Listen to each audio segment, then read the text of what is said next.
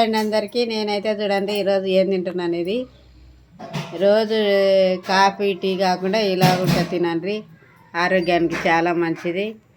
ఇందులో అయితే ఏంటి అంటే చూడండి, బాదము, జీడిపప్పు, ఎండు ద్రాక్ష, నల్ల ద్రాక్ష, ఖర్జూరాలండి, ఎండినవి ఖర్జూరాలు, ఇవన్నీ వేసుకొని కొంచెం అంత చక్కెర వేసుకొని పాలులో కొద్దిసేపు నానబెట్టుకొని తింటున్నామండి మేమైతే. మీరు ఇలానే ట్రై చేయండి, ఆరోగ్యానికి చాలా మంచిది. ఎప్పుడు ఛాయలు కాఫీలు కాకుండా ఓసారి ఇలా తినండి.